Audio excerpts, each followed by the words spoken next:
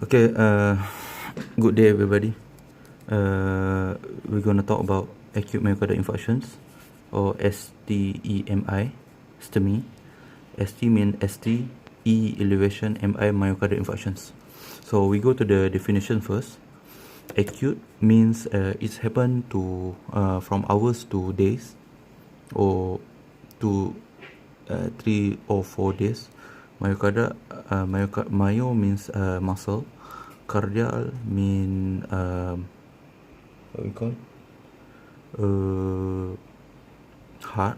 Infarctions mean necrosis, tissue death. So it's a tissue death of heart muscle. It that happen within a short period of time. Okay. Then we go to the how to diagnose this one. Basically, I divide into 4. First, history.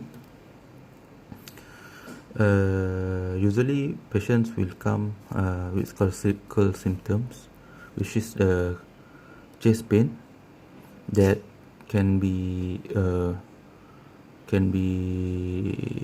characterized by crushings, or chest tightness, or chest discomfort.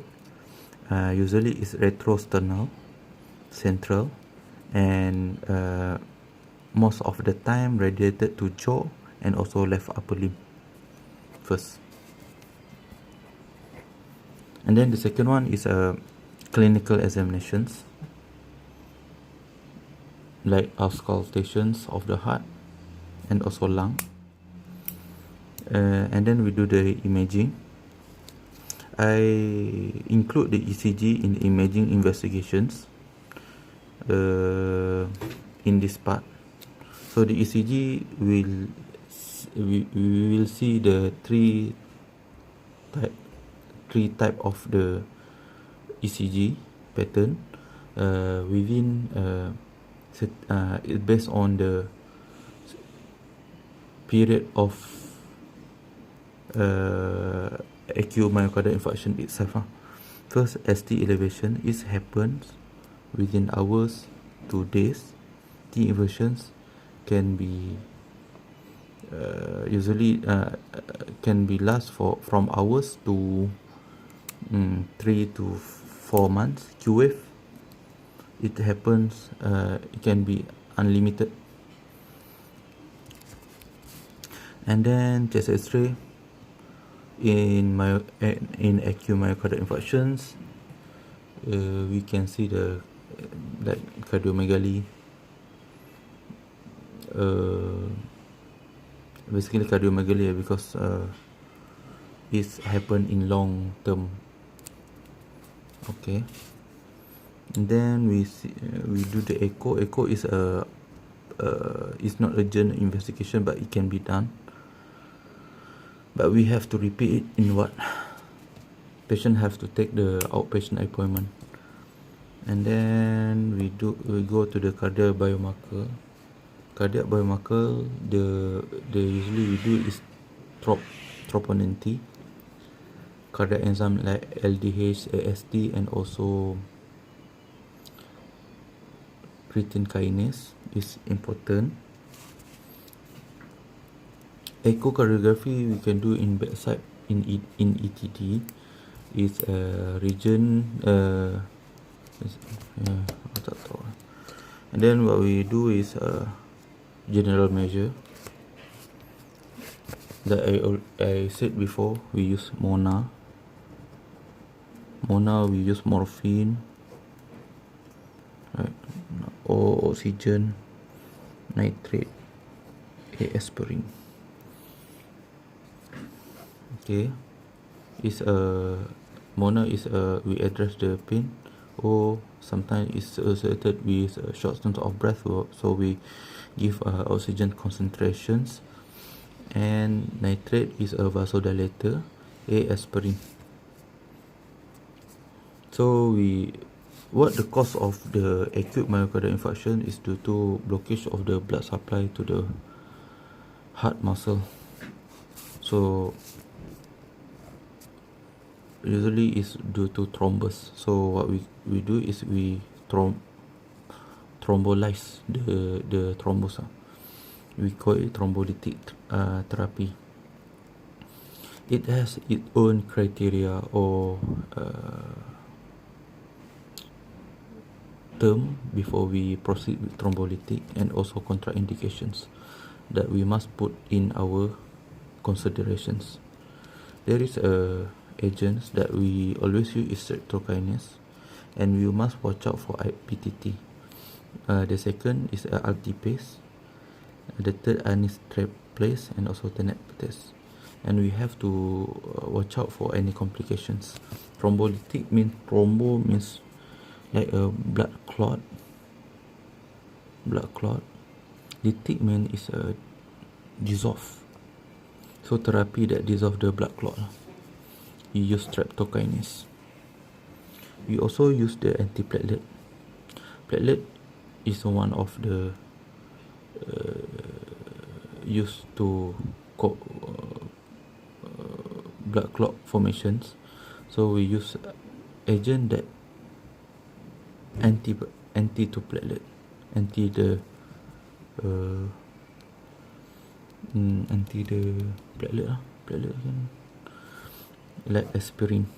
We use beta blocker like propranolol and atenolol. Beta blocker will reduce the heart work, so decrease the blood needed of heart muscle. Nitroglycerin, GTN.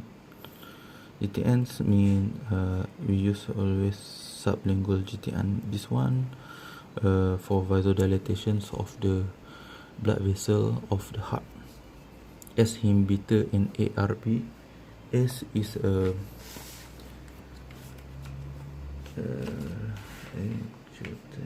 angiotensin converting enzyme inhibitor, and also ARB, angiotensin receptor blocker. So these two will cause usually these two we use in hypertensions to reduce hypertensions by peripheral vasodilatation.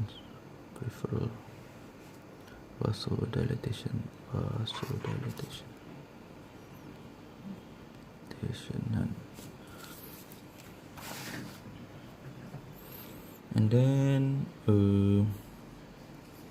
statin, atorvastatin, it used in dyslipidemia. Sometimes lipid is the cause of the clot. Calcium channel blocker, the same mechanism of beta blocker, not same mechanism but the same actions to reduce the heart work. Prophylactic like amiodarone prophylactic of antiarrhythmia, because sometimes when in infarction it can cause arrhythmia. The heart lose its rhythm, so we use as a prophylactic. We can also give anticoagulant like heparin and subcutaneous enoxaparin. It's anticoagulant as a prophylaxis. And also after all these medications doesn't dissolve the symptoms, so we proceed with invasive procedure like PCI, primary percutaneous coronary interventions. So this kind of thing will like they do the stenting mechanically.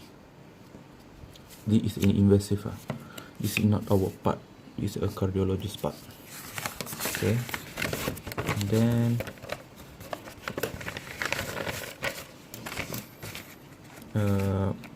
after that we rehabilitations for the patient to, it's a time for patient to recovery process. And then also secondary preventations like modification of the lifestyle, treat of underlying cause like hypertension, DM, lifestyles, and hopefully advise the patient to compliance to the medications.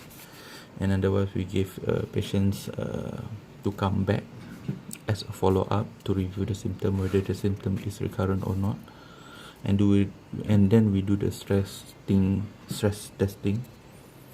We put patient on stress, like on treadmill, and then we see the heart radio isotope perfusions and coronary angiography. This very randomly used, not common to be used, except for multiple time of admission due to MI. Okay, thanks. Subscribe. Subscribe. Like and subscribe.